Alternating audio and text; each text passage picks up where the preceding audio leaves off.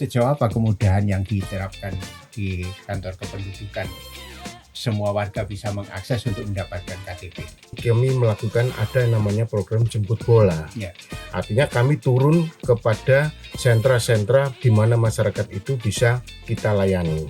Seperti apa sebetulnya kok sampai ada kasus pencurian? Jangan sekali-sekali meminjamkan eKTP yang bukan untuk kepentingan pribadi kita. Pak Hari, ya.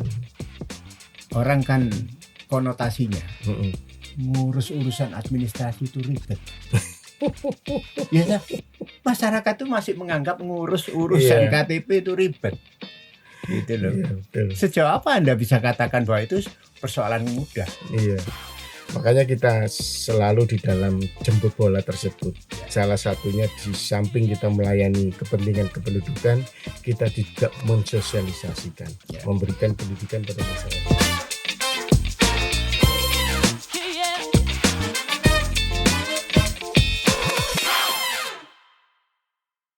Assalamualaikum warahmatullahi wabarakatuh. Waalaikumsalam warahmatullahi wabarakatuh. Salam jumpa lagi di podcast Ngopi Disik, Ngobrol Pagi Dialog Gersik, yang tentunya akan menyajikan perbincangan menarik dari narasumber-narasumber kredibel yang kita undang di sini. Dan seperti yang saya sampaikan beberapa waktu kemarin, bahwa kami akan mengundang Dinas Kependudukan dan Pencatatan Sipil Kabupaten Gersik terkait dengan administrasi kependudukan di Kabupaten Gersik. Dan bersyukur sekali malam ini sudah hadir di hadapan kita semua Bapak Dr. Andes Muhammad Hari Sawaludin, Magister Manajemen. Beliau adalah Kepala Dinas Kependudukan dan Pencatatan Sipil Kabupaten Gersik. Assalamualaikum Pak Hari. Waalaikumsalam warahmatullahi wabarakatuh. Selalu sehat. Alhamdulillah, amin. Alhamdulillah. Ya, beliau dulu Sekretaris Dinas Pertanian Gersik, kemudian pernah di Sekretaris Dinas Informatika dan Komunikasi Kabupaten Gersik, juga mantan camat. Jadi jabatannya sudah cukup banyak, artinya pengalamannya tidak diragukan lagi dalam memimpin Dinas Kependudukan dan Catatan Sipil Kabupaten Gersik. Amin. Ya, Pak Hari. Siap. Dengan begitu banyak pengalaman yang Saman punya, gambaran tentang kepemilikan KTP di Gersik seperti apa sekarang? Baik. Sebelumnya Assalamualaikum warahmatullahi wabarakatuh. Waalaikumsalam. Jadi pertama saya ucapkan terima kasih Pak Saiku yang telah mengundang di media kali ini dalam podcastnya, sehingga kita bisa berbincang-bincang, dan juga sedikit nanti kami memberikan wawasan kepada masyarakat agar supaya diketahui nanti Dinas Kependudukan itu memiliki kinerja yang bagaimana. Ya.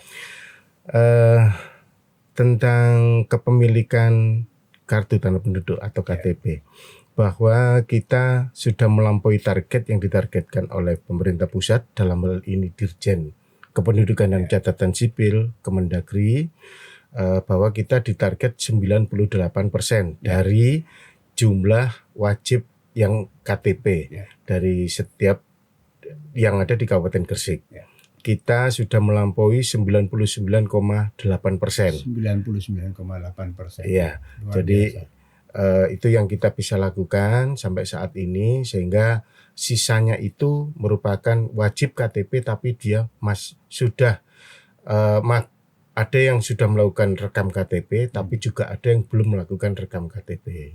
Ya, yang 98,8% itu semuanya sudah rekam. Ada gitu yang belum, ada yang belum. sudah. Ya. Yang belum kok bisa masuk di data seperti apa, Mas? Itu karena memang perkembangan dia dalam data keluarga, tapi mereka belum melakukan perekaman untuk KTP. Kalau perekaman KTP, saya jelaskan di sini bahwa seseorang yang melakukan perekaman KTP itu direkam melalui pertama sidik jarinya, kemudian iris mata, kemudian dia tanda tangan, nah terus kemudian lakukan pemotretan. Banyak istilah KTP yang sekarang. Ada beberapa masyarakat tidak paham terkait dengan ada KTP, ada eKTP, ada lagi KTP digital. Ya, yang sudah masuk di Dinas Kependudukan Itu Ya. berapa persen masing-masing kategori itu? Kalau KTP ada dua istilahnya. Ya. Jadi KTP digital Ya. sama eKTP, elektronik KTP yang seperti yang bentuk fisik seperti Ya. bagaimana kita biasanya punya. Nah, kalau eKTP itu kita yang seperti yang saya sampaikan bahwa kita melakukan pendataan itu sekitar 99,8% kita sudah melakukan. Sisanya itu masih belum mempunyai eKTP, tapi dia sudah terpantau oleh kita untuk segera melakukan perekaman.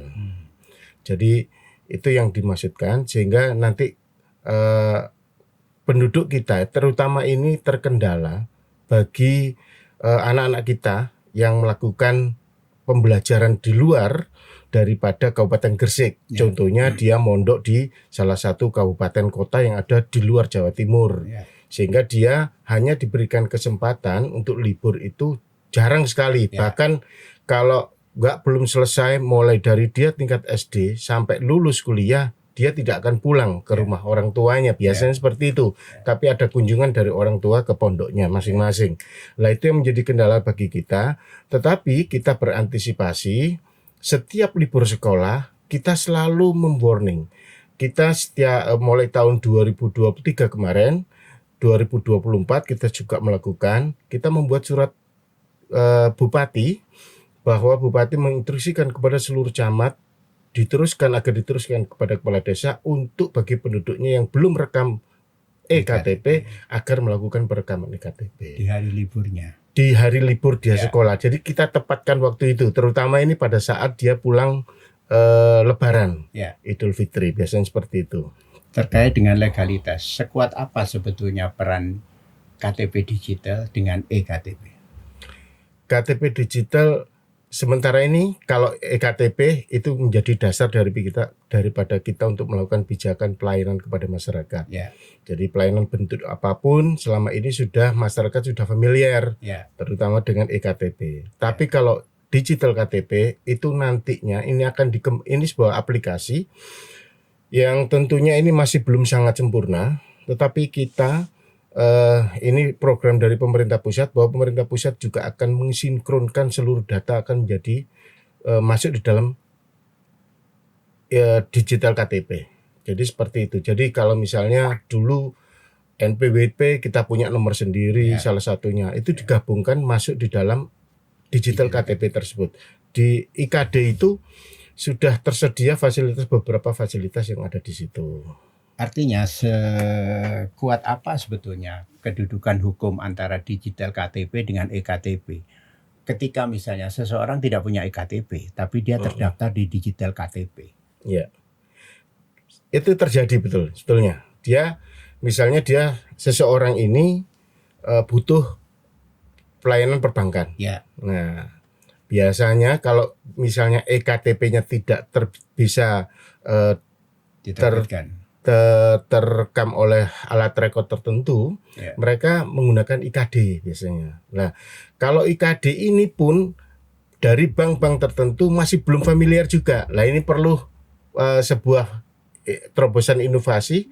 Ini khususnya yang milik ini adalah miliknya pemerintah pusat, sehingga kita bisa hanya menjalankan. Nah, ini memerlukan sebuah terobosan. Makanya kan kalau misalnya kami menghimbau kepada seluruh warga masyarakat, kalau misalnya terjadi kendala yang semacam itu, segera menghubungi tempat pelayanan kami yang terdekat. Jadi kalau misalnya terjadi seperti itu. Ya, artinya tidak masalah seseorang tidak punya eKTP tapi dia terdaftar di digital KTP. Iya, betul. Yang lebih terpercaya secara hukum negara yang mana, Pak? Masih sama-sama bisa tercapai. Kedudukannya sama. Iya. Ya, tapi kalau boarding nggak bisa ya. Kalau boarding mesti harus bawa KTP. Kemarin terjadi, tapi saat ini sudah. Kemarin kita sudah beberapa kali mencoba dari teman-teman sendiri boarding baik melalui Citylink, apalagi Garuda sudah langsung terekam. Jadi mereka sudah familiar dengan itu. Oke, baik. Ya. Pak Hari. Ya, siap. Pejabat kita menyadari tidak bahwa KTP itu haknya warga negara? Ya, artinya bahwa kuncinya ada di kemudahan pengurusan. Siap. Harusnya. Harus. Karena itu hak warga negara, bukan kewajiban, tapi hak warga negara. Iya.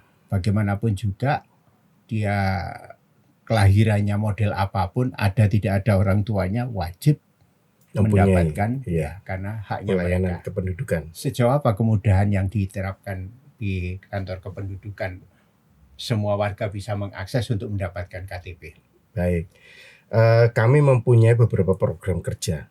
Itu terangkum dalam beberapa program kerja kami, sehingga kami memulai di tahun 2023 maupun sebelum-sebelumnya itu ada program namanya, ini bagi kendala orang yang tidak bisa melakukan perekaman ataupun melakukan haknya yang merupakan haknya dia di tempat pelayanan kami melakukan ada yang namanya program jemput bola. Ya. Artinya kami turun kepada sentra-sentra di mana masyarakat itu bisa kita layani. Ya. Jadi salah satunya seperti itu. Jadi dengan program tersebut di tahun 2023 maupun 2024 yang kita jalani pada saat ini, kami memprogramkan itu sebanyak mungkin.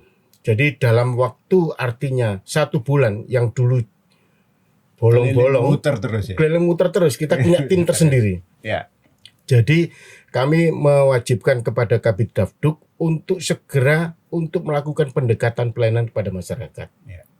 Jadi jemput bola itu bisa seminggu sampai 3-4 kali saat ini, karena anggaran kami juga sudah didukung oleh Pak Bupati, sehingga Pak Bupati menginginkan bahwa penduduk di Kabupaten Gresik itu harus beridentifikasi. Sehingga program kita bagaimanapun juga dengan adanya jemput bola itu bisa dirasakan langsung oleh masyarakat. Setiap desa, lembaga maupun yang lainnya bila melakukan permohonan kepada kita untuk melakukan jemput bola, pada saat itu juga kita akan menjadwal. Sehingga nanti dengan cara seperti itu justru pelayanan itu bisa dirasakan secara langsung oleh masyarakat. Syaratnya apa? Syarat-syarat sesuai dengan kalau ada komunitas atau sekumpulan warga yang menginginkan dijemput bolanya gitu. Iya. Jadi kami pun sudah pernah melakukan, terutama ini kami lakukan praktekkan di Komplek Perumahan Gresik Kota Baru di GKP. Salah satu RT ataupun komunitas yang ada di situ bila melakukan permohonan kepada kami langsung turun meresponnya. Bisa ya? Bisa. Ya. Jadi sekolah. Ya, sekolah. Jadi kami lakukan seperti itu. Tapi kalau mall bukan karena permohonan ya?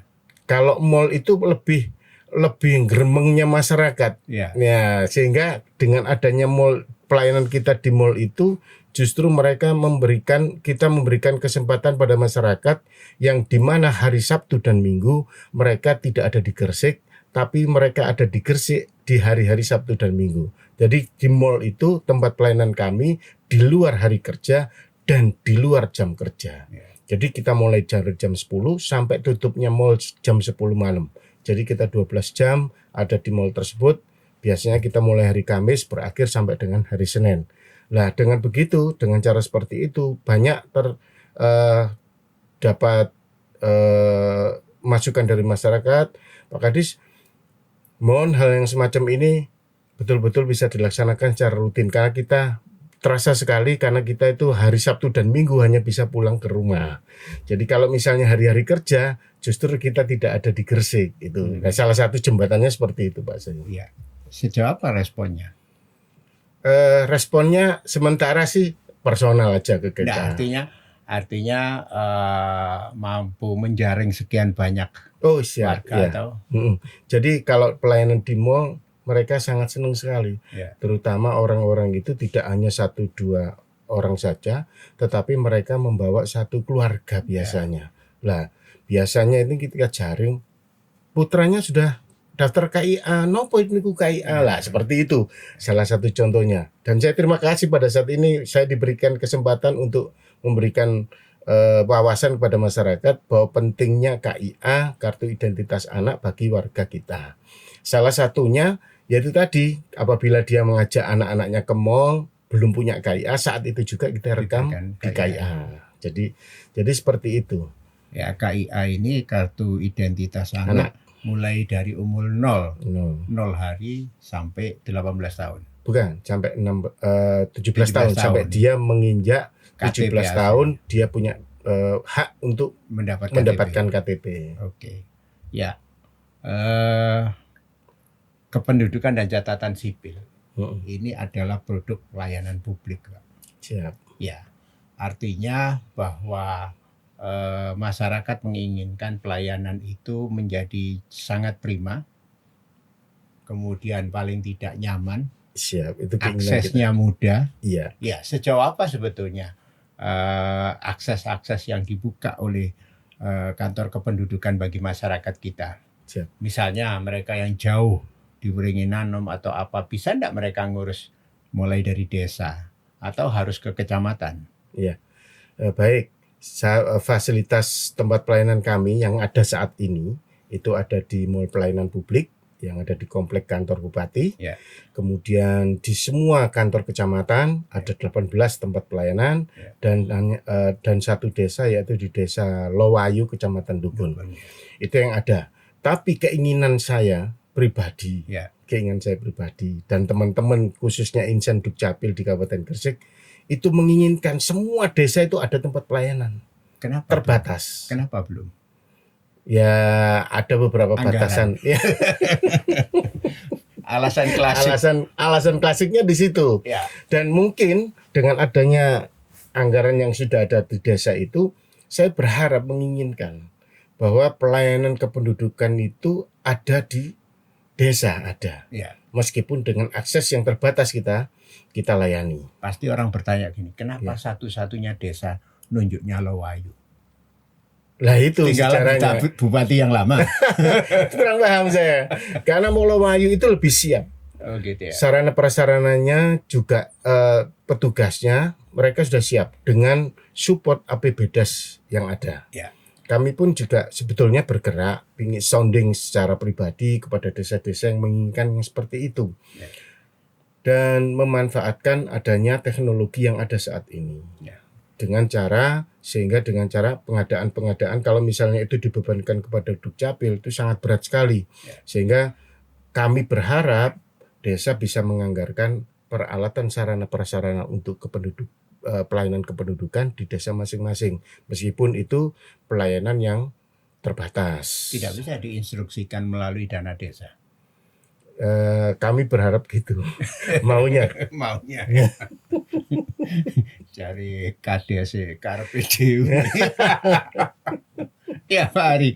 Pertanyaan sekarang, kasus pencurian data itu seperti apa yang kemarin terjadi di Menganti ya? Apa Kedamaian? Oh, di Menganti. Seperti apa sebetulnya kok sampai ada kasus pencurian data?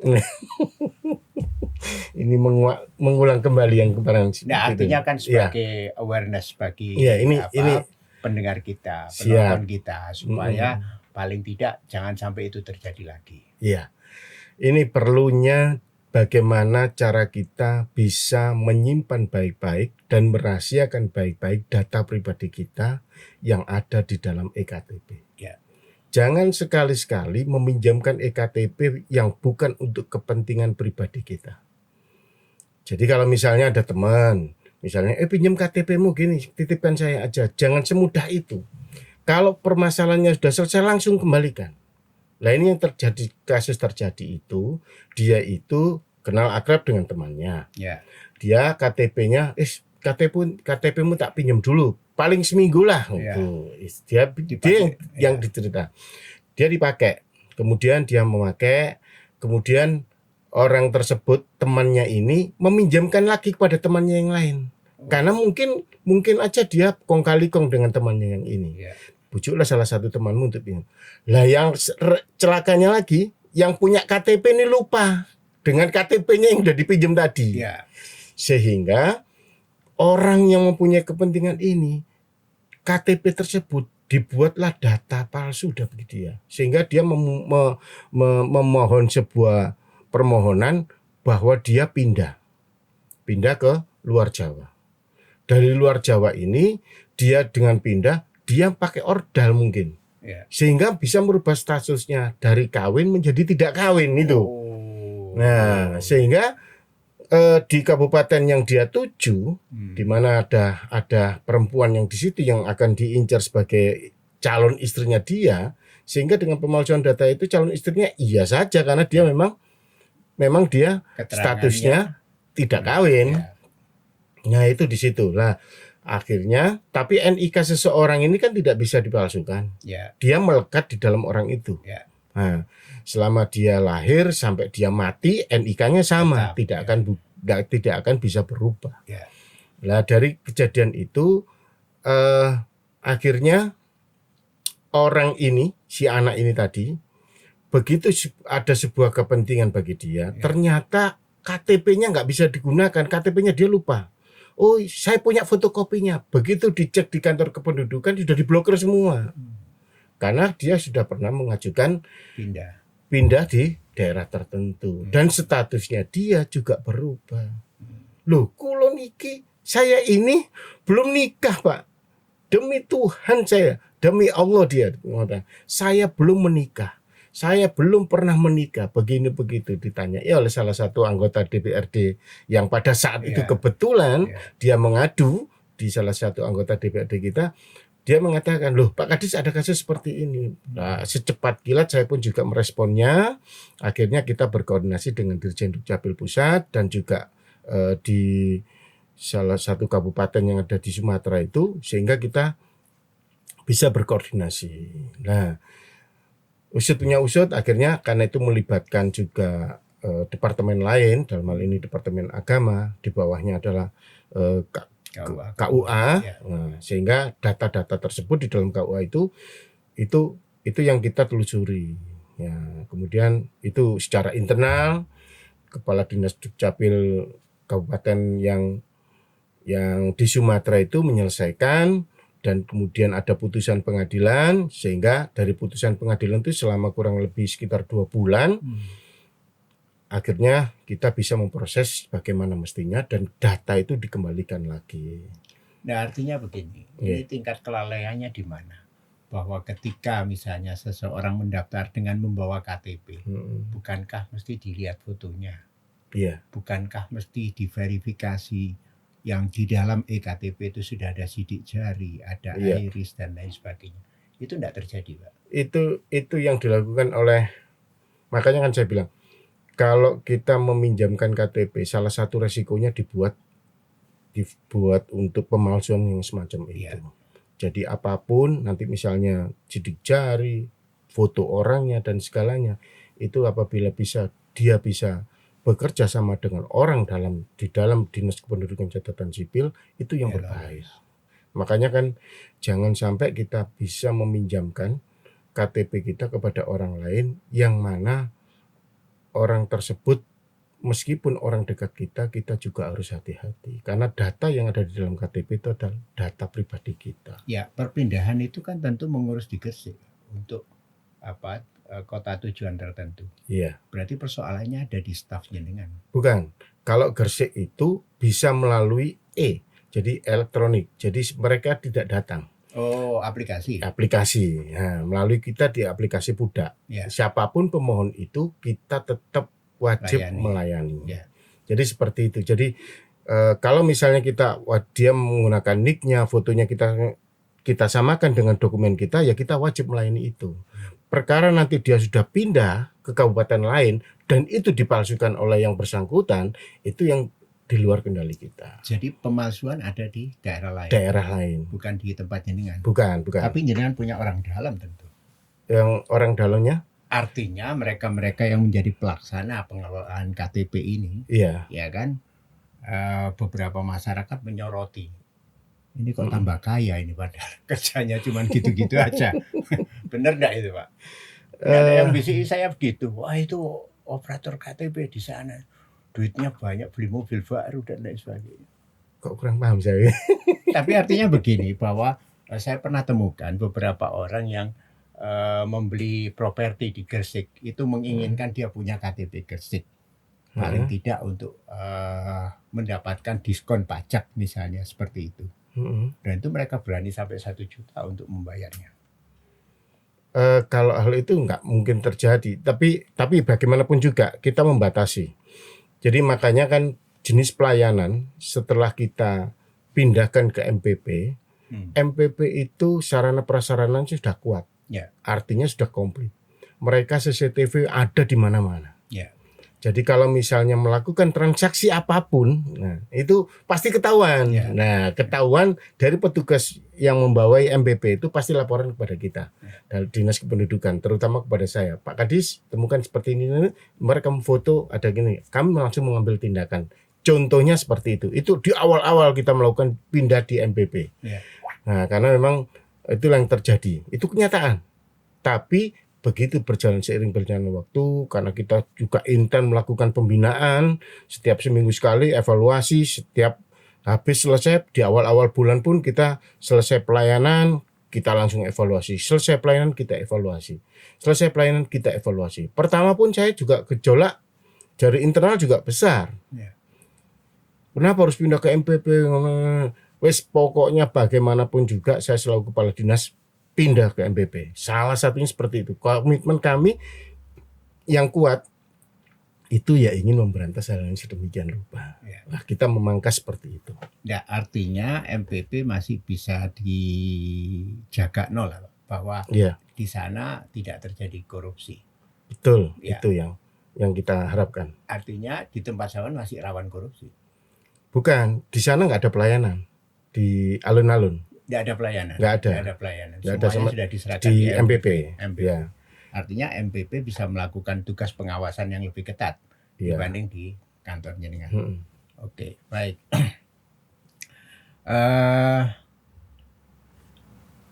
Dulu saya masih mengingat ada beberapa yang setelah saya ada studi banding di beberapa kota yang lain, setiap bayi lahir selalu dapat akta. Ya. Ya, di Gresik sejauh apa pelaksanaannya? Saya dengar sebetulnya sudah. Sudah, kita melakukan PKS, Ya. perjanjian kerjasama dengan beberapa stakeholder yang ada, terutama dari sampai ke tingkat bidan, dari rumah sakit, puskesmas, terus kemudian Bidan desa. tempat pelayanan untuk yang Klinik. klinik-klinik, Ya, klinik yang melahirkan khususnya ini, itu sampai ke personal, Ya. artinya dalam bidan desa itu kita melakukan kerjasama. Jadi sehingga tempat pelayanan itu apabila mereka sudah melakukan ada bayi lahir, mereka bisa mengakses aplikasi sehingga mereka bisa masuk ke kita, sehingga pada saat itu juga bayi lahir ini misalnya hari Selasa, Rebo, Kamis mereka pulang sudah bawa akte kelahiran bagi anak tersebut dan juga termasuk KIA-nya. Ini sudah dirasakan oleh masyarakat. Tetapi juga ada masyarakat yang mereka itu biasanya gini, sampai ditunggu 3 hari, 4 hari, mereka pulang, siapa nama bayinya? Masih belum nemu nama bayinya, menunggu petunjuk dari orang tuanya. Nah, ini yang menjadi mereka lama tidak menerima akses kependudukan di situ. Artinya seperti akte kelahiran, KIA. harusnya seperti apa kalau misalnya ada pasangan suami istri yang ketika melahirkan mereka tidak siap nama misalnya seperti itu, harusnya bagaimana? Artinya mereka pulang nggak dapat akte, Ya, nggak dapat akte sampai misalnya 7 harinya, Ya. terus dia diberi nama, baru besoknya mereka mengurus, Pak, ada di rumah sakit tersebut yang dia lahir. gitu Ya, cukup di rumah sakit. cukup di ya. rumah sakitnya. Tidak perlu harus datang ke Enggak perlu ke rumah sakit tersebut, sehingga rumah sakit itu dengan aksesnya dia bisa memohon kepada kita untuk berikan akses akte kelahiran dan juga KIA. Ya, oke. Pak Hari, Iya. terkait dengan data KTP yang terus terang masih sekitar 45.000 yang bentuknya sampah atau double KTP, ya kan? KTP ganda dan KTP sampah masih 45.000. Belum lagi kalau misalnya kita bicara mereka-mereka yang meninggal yang belum dihapus dari data kependudukan. Seperti apa sebetulnya gambaran dan penyelesaiannya? Ya, gambaran penyelesaiannya kita itu gini. Kita setiap bulan kita mengevaluasi hal tersebut. Ya. Kita setiap semester mendapatkan data dari pemerintah pusat, dalam hal ini Kemendagri, Dirjen Dukcapil mendapatkan data semesteran. Ya. Nah, di dalam semester 1 tahun 2024 itu kita jumlah penduduk kita 1.309.000. Ya. Nah, termasuk di dalamnya juga data-data sampai seperti Pak Saiku sampaikan tadi. Ya. Nah, dengan data tersebut kami setiap bulan itu memverifikasi, kemudian kita juga melakukan perbaikan data tersebut, di mana letaknya ini. Nah, kita harus mereteli satu persatu data tersebut. Artinya jenengan harus survei datang ke orangnya. Ya, salah satunya seperti itu. Ya. Nah, dengan adanya buku pokok pemakaman, Ya. nah itu dengan adanya buku pokok pemakaman itu yang kita harapkan desa itu memberikan data balikan bagi kita. Ya. Nah, itu kita meneliti, oh desa ini misalnya di Kecamatan Manyar, Ya.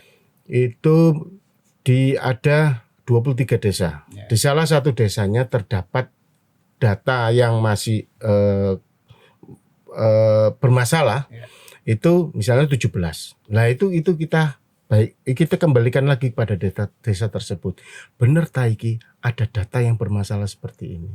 Nah itu kita konfirmasi melalui petugas register desa yang ada. Ya. Dari petugas register desa itu, oh ini salah, ini masih ada. Lah itu kita perbaiki dari data-data tersebut sehingga kita mendapatkan data balikan. Makanya kita setiap bulan dalam melakukan pendataan tersebut, tahun 2024 ini data semester kan sampai dengan Juni. Maka mulai bulan Juli, Agustus, September, Oktober, November itu juga kita melakukan perbaikan data. Jadi kita pun juga dalam capaian berjalan, istilah kita itu capaian berjalan itu data-data sekaligus kita memperbaiki data-data kependudukan kita, termasuk data sampah yang disampaikan tadi. Jadi selama ini kita harus bisa mengurangi itu. Ya artinya umur data Anda 6 bulan update-nya. Ya. 6 bulan sekali baru update ya. Tidak. Karena yang punya data kan pusat, Pak. Iya. Kita tidak bisa. Iya. Dan sisa lagi banyak kasus di pemilihan umum, baik pemilihan kepala daerah maupun pemilihan legislatif. Itu ternyata almarhum ini ikut dapat undangan. Ini yang susah. Seperti apa sih Pak? Artinya kenapa enggak pernah selesai bahwa setiap kali undangan pemilu yang diluncurkan pasti ada salah satunya almarhum. Iya. Kenapa kok seperti itu? Gini, kalau KPU itu kan data yang ada di KPU itu kan KPU itu sudah data matang dari KPU pusat. Ya. Yang mana KPU pusat ini sudah melakukan kerjasama dengan melakukan termasuk di dalamnya menggunakan ISO 27001 dengan Dirjen Dukcapil. Nah, kalau kami pemerintah daerah ini memang belum melakukan arah kerjasama data seperti itu. KPU pusat ini membreakdown datanya untuk Kabupaten Gresik, ini sekian datamu dengan jumlah yang sekian itu.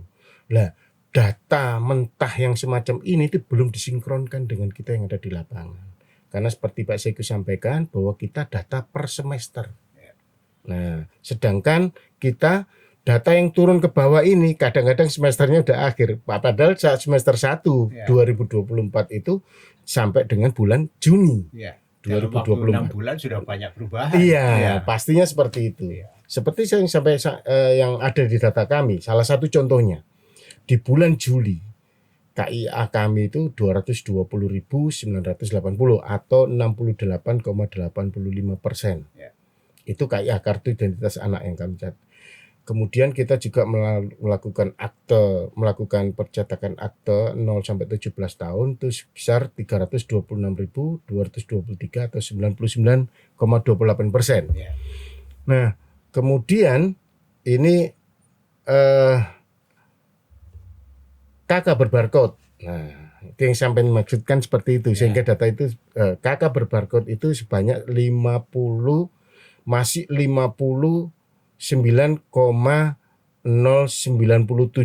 Artinya 59.097 Kecil sekali. kasus. Bukan. KK berbarcode itu artinya itu data sampah yang jeneng sampaikan tadi. Oh. Nah, sehingga kita per bulan itu bekerja sama dengan petugas register desa untuk melakukan perbaikan-perbaikan itu tadi. Nah, itu di bulan Juli sebesar itu Pak Saiku, 59,097. Kemudian Agustus turun menjadi 54.405. Berarti kita sudah bekerja kan dengan petugas register desa tersebut. Kemudian September juga demikian, turun lagi menjadi 51.072 KK yang berbarcode. Kemudian Oktober juga turun menjadi 49.796. Kemudian November turun lagi menjadi 47.325. Jadi seperti itu. Jadi kita ada penurunan dan itu upaya dari kita.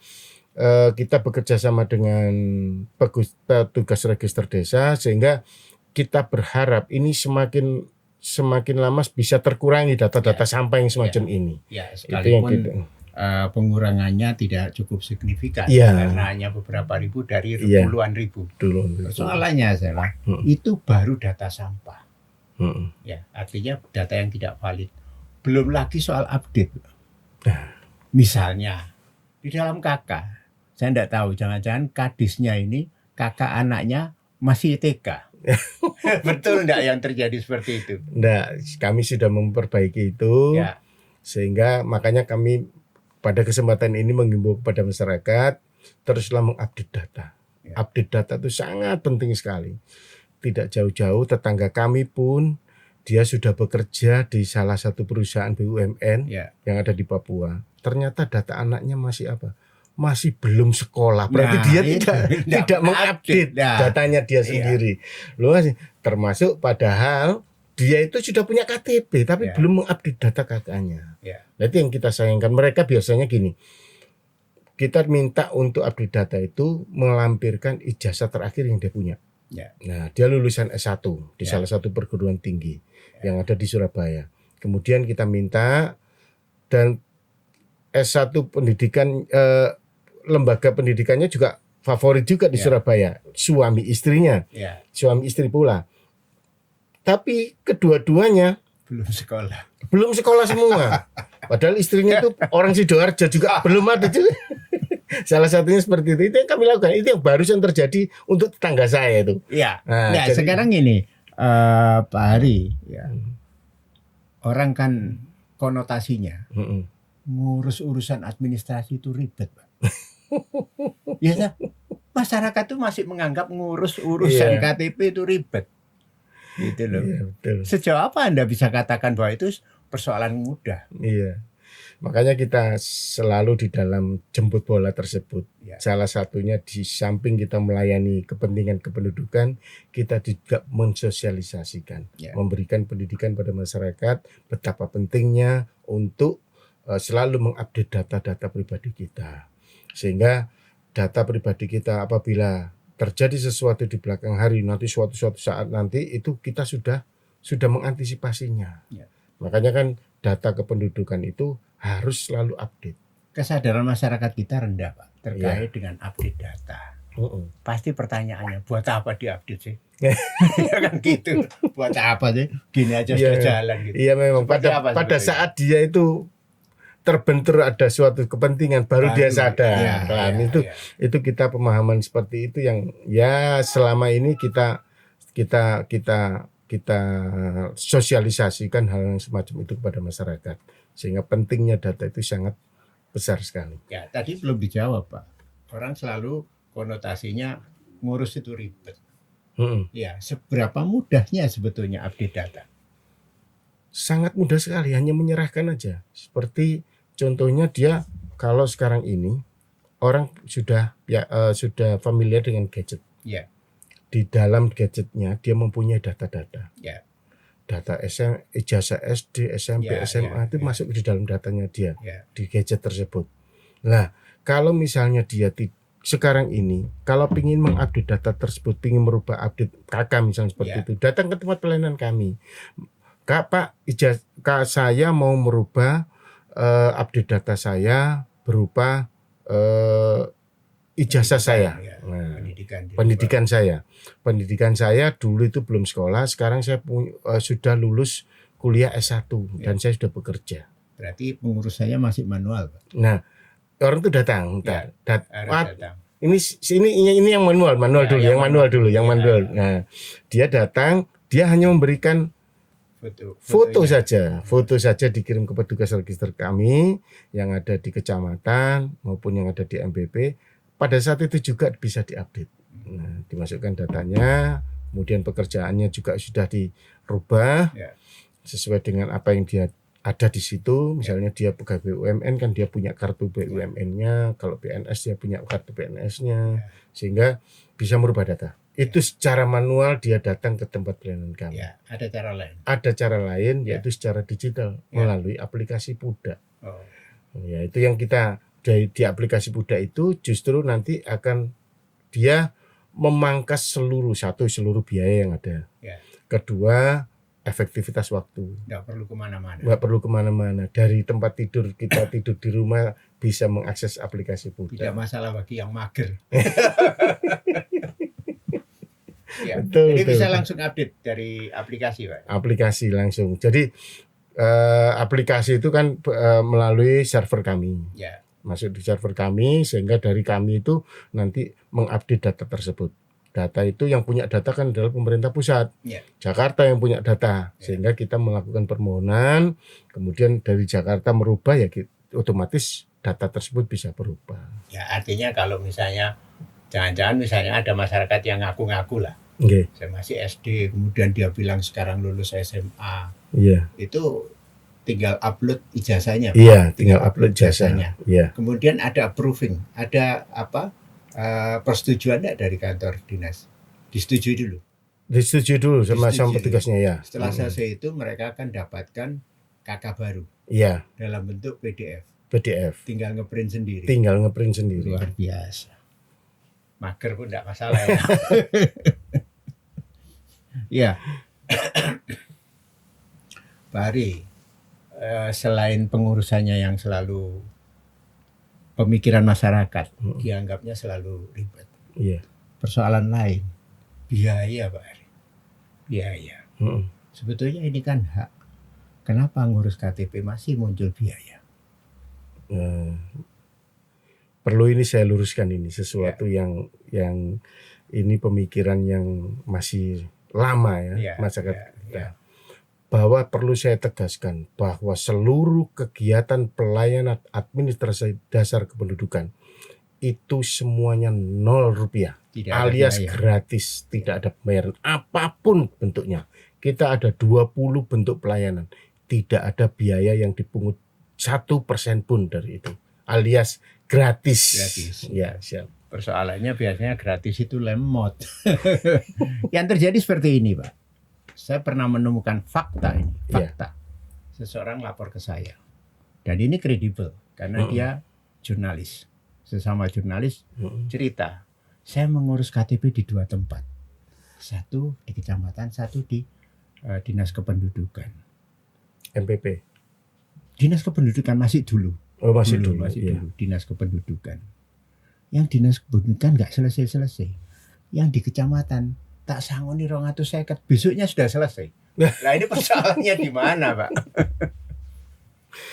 Itu secara spesifik harus jelas. Ya. Apa yang diurus, terus persoalannya di mana. KTP. Dua-duanya akhirnya terbit dengan satu NIK yang sama, nama yang sama.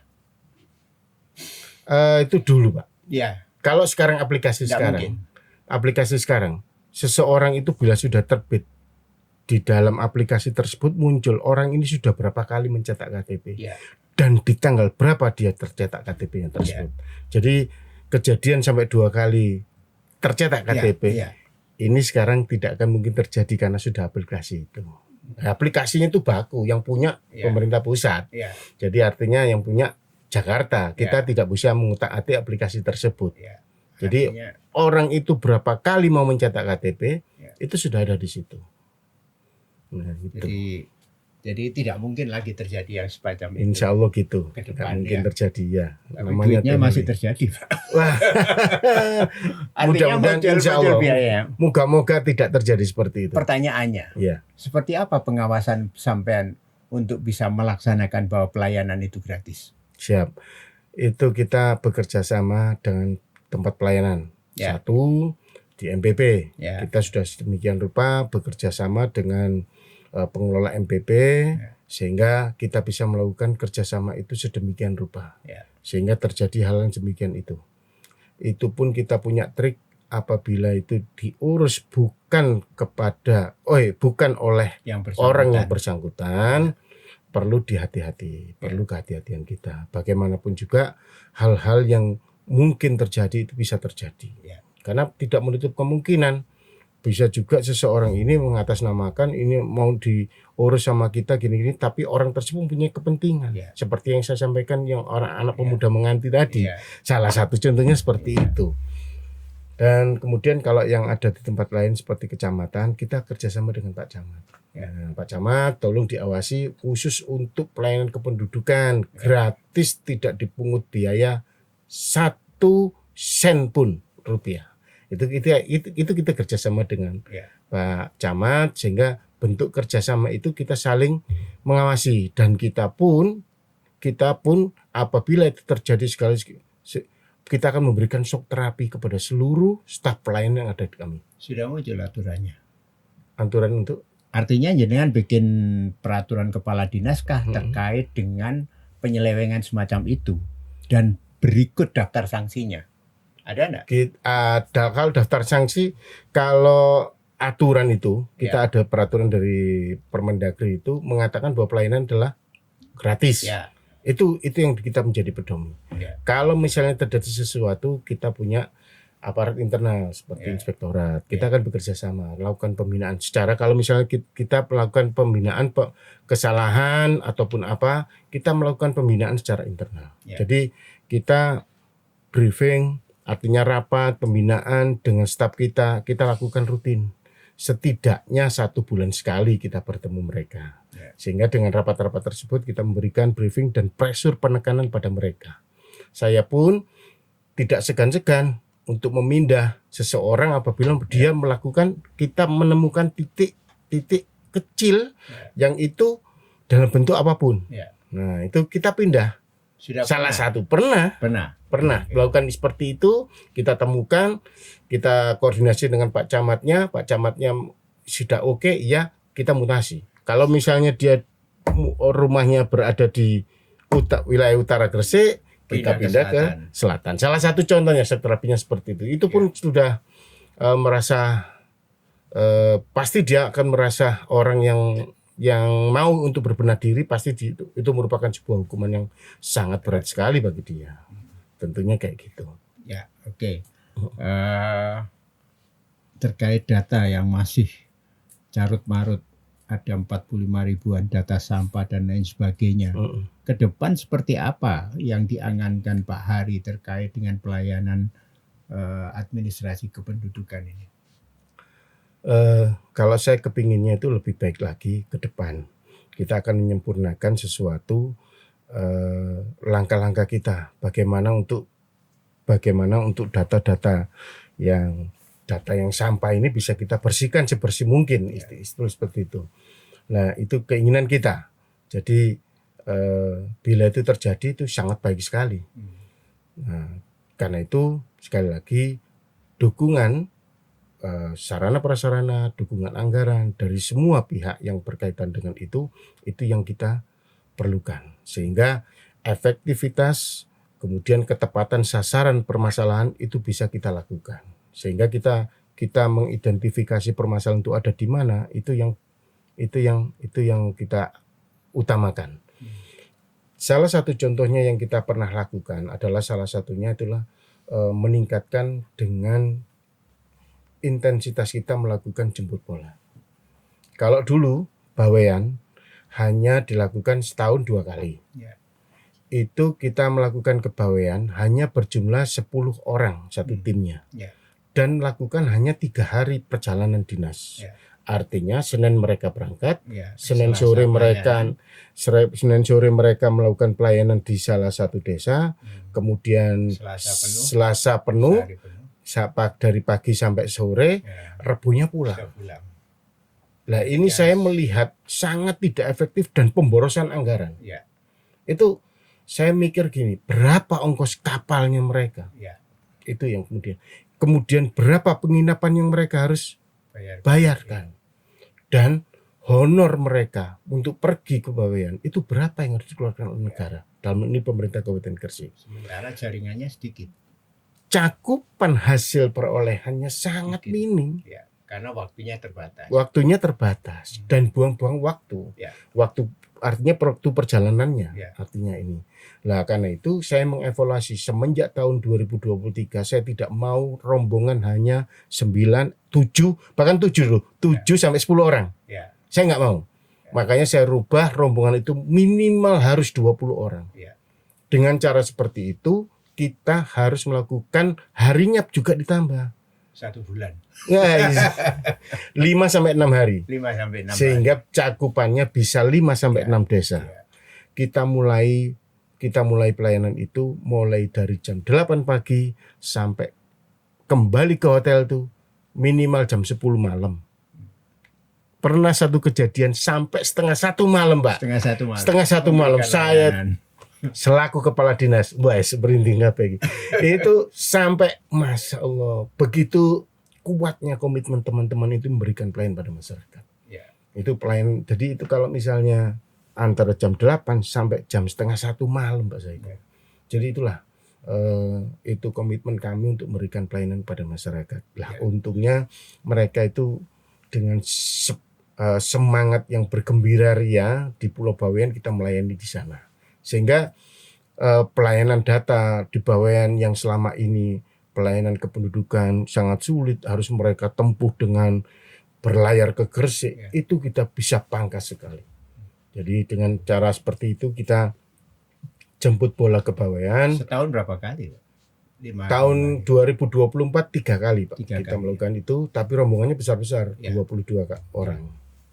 Jadi secara frekuensi lebih banyak, Ya, secara durasi juga lebih lama. lebih di sana. lama. Dan itu efektif bisa menjaring persoalan. Siap. Ya kalau memang waktunya cuma sebentar, Pak, begitu diumumkan belum ada yang datang, besoknya mau datang sudah pulang. Iya, betul, Ini betul. persoalan, ya. Iya. Ya, Pak Ali jenengan tahu enggak kalau di online shop, Online ya, shop, ya, ya. toko-toko online, Hmm. itu sekarang ada cover KTP. Cover KTP itu semacam plastik laminating, Mm-mm. tapi tidak pakai dilaminating. Kemudian ada gambar untuk menutupi fotonya. Kesimpulannya, kenapa sih foto KTP itu jelek gitu loh, Pak? Itu loh, Pak, bener loh, Pak. Artinya online shop jual apa cover KTP. KTP-nya tetap bening, kemudian untuk fotonya ini diganti foto kartun. Sehingga ditutup begini muncul foto kartun. Kenapa mereka masih membeli itu? Karena dianggapnya foto KTP kok jelek. Iya, gitu loh, Pak. iya. Kenapa itu? Masalahnya di mana sih, Pak? Apa kameranya yang jelek? Perasaan kameranya udah bagus. Baik, iya. Memang seperti itu, Pak Saiku. Kadang orang itu lengah. Mereka difoto sekali, Ya. mereka anggap ya sudah itu yang terjadi. Tapi sebetulnya mereka sebelum dicetak EKTP dalam bentuk fisiknya, Ya. mereka bisa melihatnya. Pak, hasil foto saya lihat dulu. Nah, bagus enggak? Oh, Gitu. bisa disetujui dulu, Pak? Bisa disetujui dulu. Oh, gitu Jadi ya. kalau misalnya masyarakat kita itu baik masyarakat yang dulu kurang fotonya dulu tidak berhijab, Ya. sekarang berhijab, Ya. boleh Ganti sangat ganti foto bisa, ganti foto boleh di tempat pelayanan kami. Jadi dulu yang tidak berhijab, misalnya Ya. gundulan, Ya, sekarang berhijab. Ya. Itu saya sarankan, sangat kami sarankan dan sangat kami prioritaskan Untuk bisa ganti foto. untuk ya. bisa ganti foto, Ya. sehingga nanti masyarakat itu bisa lebih cantik lagi. Ya. Sehingga sebelum foto baiknya kita artinya jare wong Jawa payasan dhisik. Macak dhisik. Nah, Tapi tahu ya Pak Ari, Iya. kalau semua masyarakat mengeluhkan bahwa foto KTP itu memang iya betul, ya betul. Jangankan masyarakat, saya pribadi pun juga foto kemueler. ini kepala dinasnya Iya. tidak puas dengan layanannya. Susah ini. Nah, akhirnya saya juga gini, kepala dinas, foto Pak Rek ganti Rek. Pasti dilayani. Ya baik Pak Ari. Waktunya sudah habis Pak Ari. Sayang Yes. sekali sebetulnya masih banyak yang perlu diperbincangkan dan ini menjadi perbincangan yang menarik terkait dengan kepentingan masyarakat Iya. banyak. Mudah-mudahan satu saat lagi nanti kita berbincang tentang hal-hal yang lain dan saya berharap Pak Hari masih bersedia untuk kita undang Oh lagi siap, kapan-kapan. selalu sedia. Sekali lagi kami sampaikan terima kasih atas kehadirannya. Sama-sama. Mudah-mudahan ini menjadi pencerahan masyarakat kita dan menjadi manfaat yang sebesar-besarnya untuk masyarakat kita. Baiklah pemirsa, terima kasih atas menontonnya acara ini. Mudah-mudahan ini menjadi kemanfaatan kita bersama. Sampai Amin. ketemu di podcast yang akan datang. Assalamualaikum warahmatullahi wabarakatuh. Waalaikumsalam warahmatullahi wabarakatuh.